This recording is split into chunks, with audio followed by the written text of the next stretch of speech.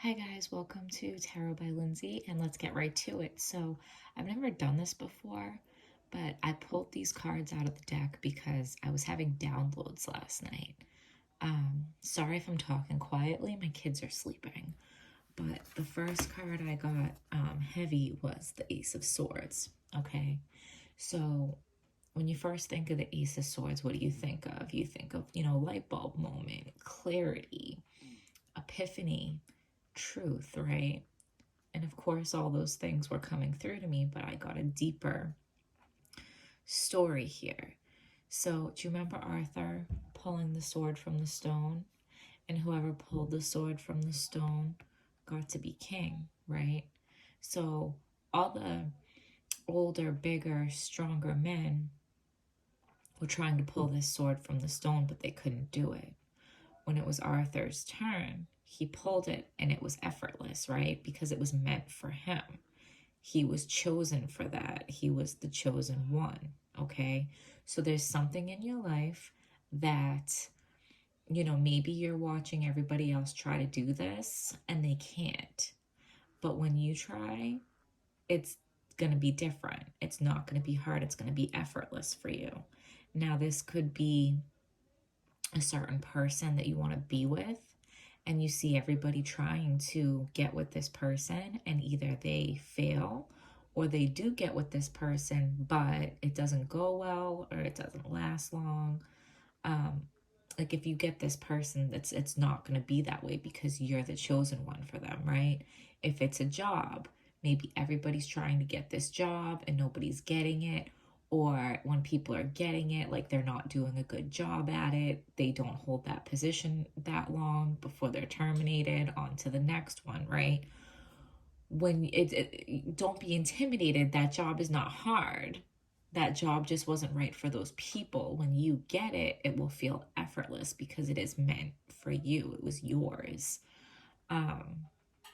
This could be, and I got this heavy, breaking generational curses, right? So maybe you had seen your ancestors, your like generations before you, or even your siblings, cousins, whatever, trying to break these curses and they can't, right?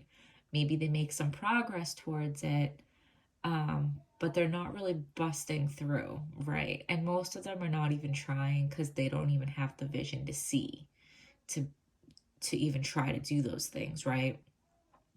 Um, so like something that I had heard a little while ago that it feels like it applies to this is like, say you take some fleas, right? Fleas jump really high, but you put them in a jar and you put on the lid.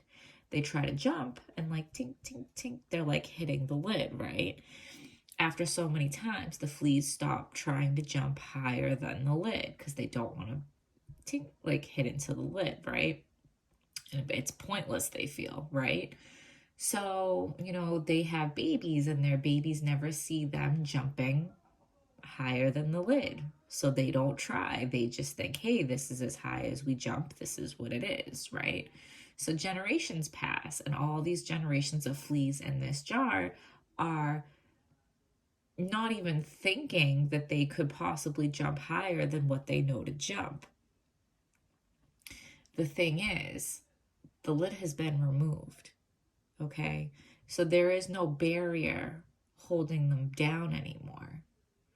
But nobody ever told them that they could jump that high.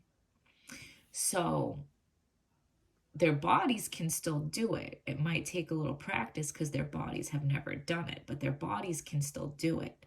And there's some kind of natural instinct still in their body, still in their DNA, still in their subconscious that is telling them to jump higher. So this is like following your intuition, right? Following that inner knowing that you're capable of something that you have no reason to think that you're capable of. Because there's something in your DNA, okay? So maybe there's something in your life that lid, that barrier, that glass ceiling has been removed. but you'll never know it if you don't try to bust right through it, right? The next card I got was Warrior Woman, and I didn't even remember what was written on here. I just thought of it because of the sword. Okay, so it said, Warrior Woman, have you answered your deepest calling? And I'm going to go to the book and read that, because there was definitely a meaning there that was given to me. I'm not like making this up, guys. This was a download given to me in the middle of the night. It kept waking me up. And what time is it? It's like 7 in the morning and I've been up for hours. Trust me, I did not want to be up this early when my kids are still sleeping. Okay, it's page 56.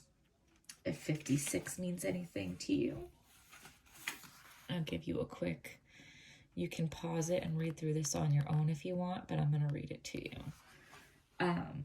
Warrior Woman, have you answered your deepest calling? You are here for a reason.